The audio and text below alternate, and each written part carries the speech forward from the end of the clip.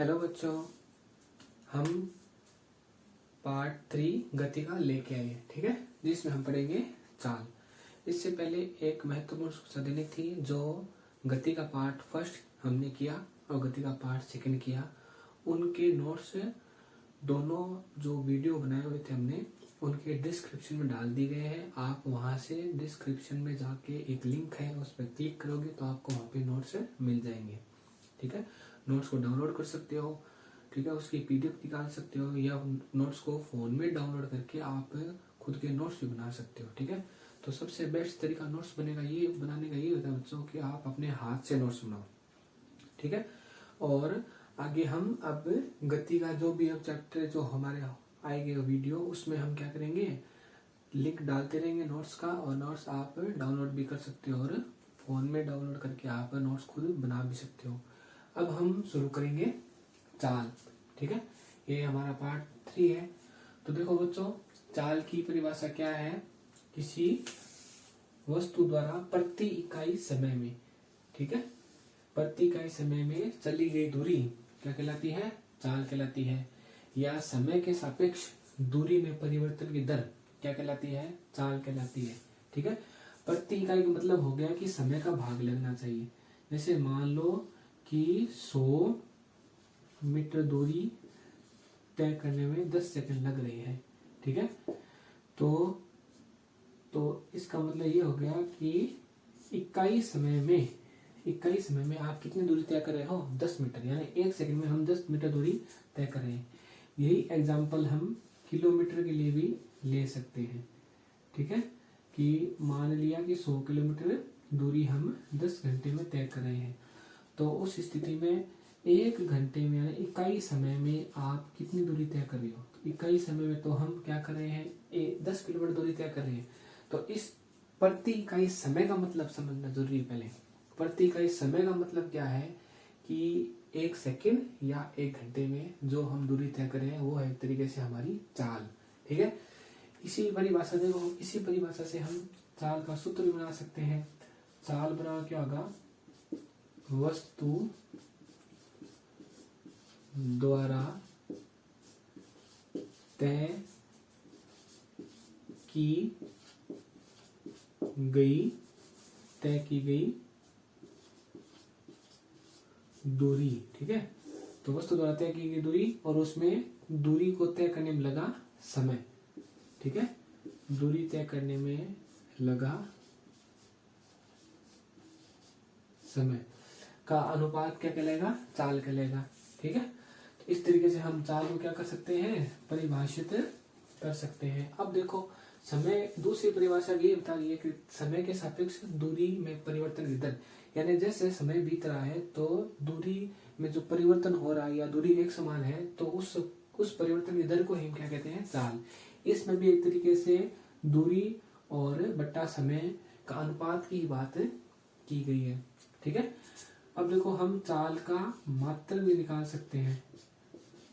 ठीक है, मात्रक कैसे निकाल सकते हैं? दूरी का मात्रक क्या है? मीटर, और सेकंड हम समय को किस में लिख सकते हैं? सेकंड में लिख सकते हैं। इसके दूसरा मात्रक हो सकता है सेंटीमीटर बटा सेकंड। अन्य मात्रक भी तो हो सकता है किलोमीटर बटा घंटे। ठीक है, तो इस तरीके से हम चाल की परिभाषा लिख सकते हैं, चाल का सूत्र लिख सकते हैं, चाल का क्या लिख सकते हैं? मात्रक लिख सकते हैं। अब देखो, चाल की कुछ विशेषता भी है। चाल है अदिश राशि। ठीक है, चाल क्या है? अदिश राशि। क्यों? क्योंकि चाल किस पर निर्भर कर रही है? दूरी पर निर्भर कर रही है। दूरी भी अदिश राशि है, इसलिए चाल भी क्या होगी? अदिश राशि। चाल को प्रदर्शित करने के लिए हमें किसी दिशा की आवश्यकता नहीं है। ठीक है, एक विशेषता और होती है चाल की, कि चाल क्या होती है? सदैव क्या होती है? चाल सदैव धनात्मक होती है। ठीक है, चाल क्या होती है? सदैव धनात्मक। ठीक है, क्योंकि चाल का मान तो दिशा पर निर्भर कर नहीं रहा, तो आप क्या करोगे? जैसे जैसे दूरी तय करते जाओगे, दूरी का मान भी वैसे बढ़ेगा, तो चाल का मान भी बढ़ सकता है। ठीक है, मगर होगा हमेशा क्या? धनात्मक। ठीक है, अब देखो, एक क्वेश्चन हम कर सकते हैं। मान लो कि एक कार है 100 मीटर दूरी, ठीक है, तय कर रही है 10 सेकंड में, तो इसकी चाल क्या होगी? चाल होगी इकाई समय में तय की गई दूरी। तो इकाई समय का मतलब 10 मीटर में तय की गई दूरी, ठीक है, या सॉरी 10 मीटर तय करने में जितना समय लगा वो, या आप कह सकते हो इकाई समय यानी 1 सेकंड में तय की गई दूरी, अर्थात इसकी चाल क्या होगी 10 मीटर प्रति सेकंड। ठीक है, अब देखते हैं अगला जो हमारा है एक समान चाल। एक समान चाल शब्द से ही हमें पता चल रहा है कि चाल का मान क्या रहेगा, एक समान।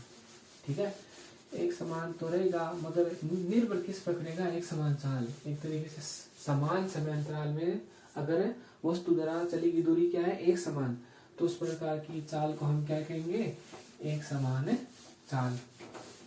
ठीक है, तो देखो क्या आता है एक समान चाल, देखो क्या होगी, जैसे मान लो कि कोई कार है, ठीक है, वो 50 किलोमीटर दूरी, ठीक है, चल रही है, तो उसे मान लो समय लग रहा है 1 घंटे, और अगले 1 घंटे में वो 50 किलोमीटर दूरी ही तय कर रही है, और अगले 1 घंटे में 50 किलोमीटर दूरी ही तय कर रही है। तो इस प्रकार की चाल को हम क्या कहेंगे, एक समान चाल, क्योंकि समान समय अंतराल में वस्तु द्वारा चली गई दूरी क्या है, एक समान, तो एक समान चाल हो गई।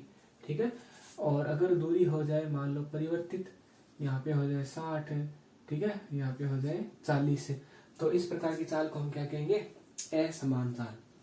ठीक है, तो इस प्रकार से हम समान चाल और असमान चाल को क्या कर सकते हैं, बता सकते हैं। आप उतार भी सकते हो, और आपको नोट्स भी मिल जाएंगे, जिससे आप नोट्स से भी उतार सकते हो। अब अगला टॉपिक हमारा क्या है, स्पीडोमीटर। ठीक है, जिसे हम कहते हैं चाल मापी।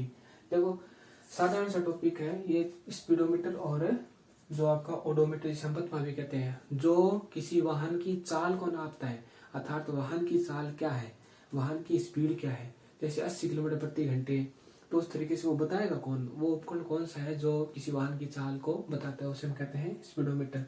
ठीक है, और पथ मापी, पथ का मतलब, पथ मापी का मतलब ही क्या हो गया, दूरी मापने वाला यंत्र। ठीक है, जो यंत्र किसी वाहन द्वारा तय की गई दूरी को नापता है उसे हम क्या कहते हैं, पथ मापी। ठीक है, तो देखो अब जो आपका स्पीडोमीटर है वो चाल मापता किस में है, चाल को ये मापता है किलोमीटर प्रति घंटे में। ठीक है, और ये पथ मापी दूरी नापता है किलोमीटर में। ठीक है, इस तरीके से हम नहीं पढ़ा। अब आगे हम पढ़ेंगे औसत चाल। तो बच्चों हम देखते हैं औसत चाल, ठीक है, जिसे एवरेज स्पीड भी कहते हैं। ठीक है, तो देखो किसी वस्तु द्वारा चली गई कुल दूरी और उस दूरी को तय करने में लगे कुल समय का अनुपात क्या कहलाता है, औसत चाल।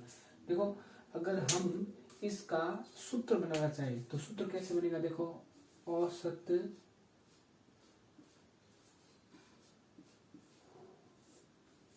चाल बराबर क्या आएगा, तय की गई कुल दूरी, वस्तु द्वारा तय की गई कुल दूरी,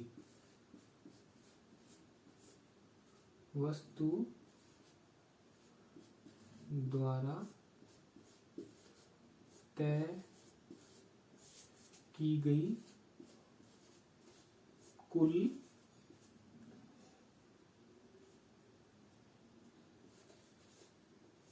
दूरी। ठीक है, और उस दूरी को तय करने में लगा कुल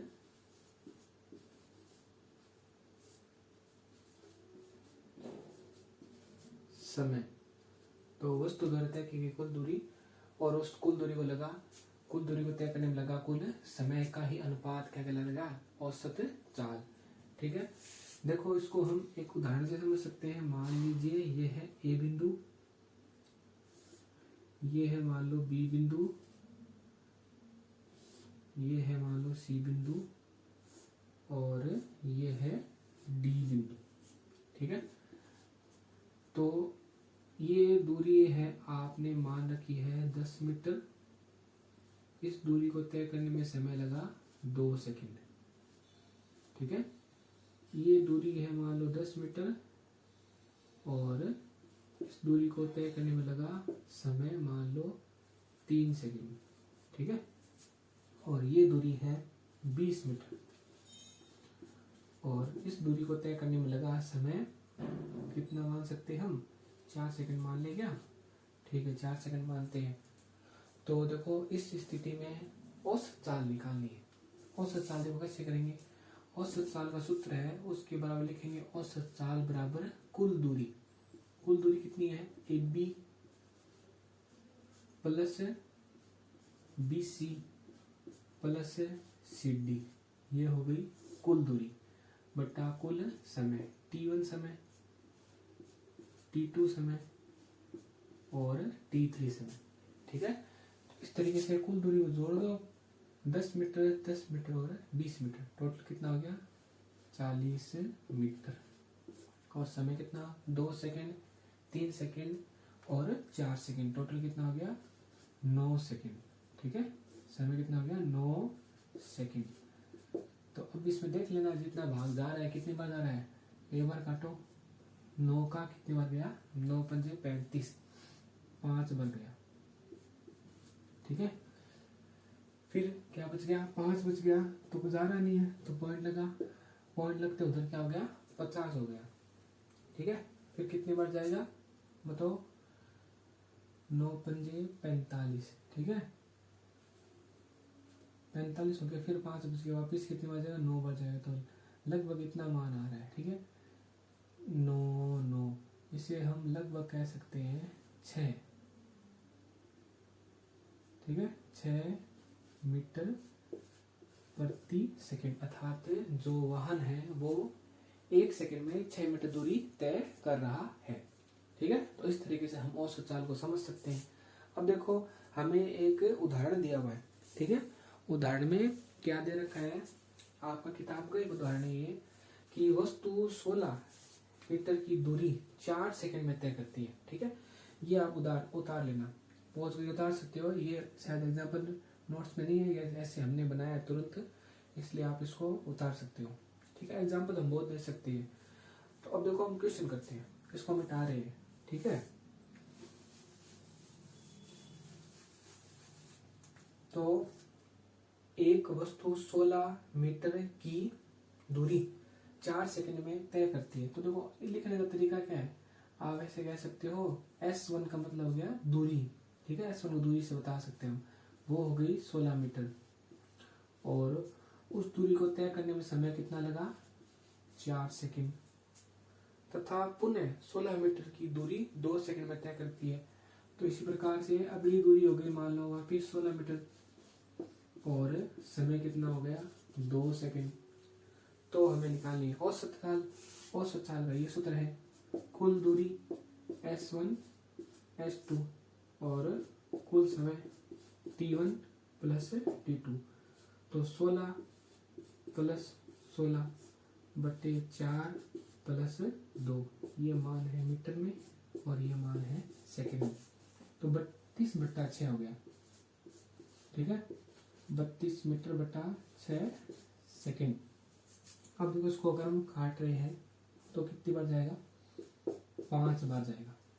ठीक है, फिर 2 बच गया, नहीं जा रहा तो पॉइंट लगा, इधर हो गया 20 हो गया, तो फिर कितने बार जाएगा? 3 बार जाएगा। फिर वापिस 2 बार जाएगा, कितने बार जाएगा? 3 बार जाएगा। तो इस तरीके से सेकंड को भी हम ऊपर ला सकते हैं। तो ये मान आ रहा है 5.33 मीटर पर सेकंड। ठीक है, 5.33 मीटर पर प्रति सेकंड। तो ये आपके जो पहला उदाहरण है उसका क्या है? आंसर है। ठीक है, और इसके जो नोट्स है आपको मिल जाएंगे, आप डिस्क्रिप्शन में हम डाल देंगे। आप वहां से लिंक को जैसे क्लिक करोगे तो वहां से आपको PDF मिल जाएगी। ठीक है, आप नोट्स डाउनलोड भी कर सकते हो और कोशिश करना कि अपने हाथों से खुद नोट्स में। तो मिलते हैं अगले वीडियो में, हम लेके आएंगे वेग, और उस वीडियो में एग्जाम्पल बहुत करने हमें, शायद 4-5 एग्जाम्पल है। ठीक है, तो मिलते हैं अगले वीडियो में, तब तक के लिए पढ़ते रहो।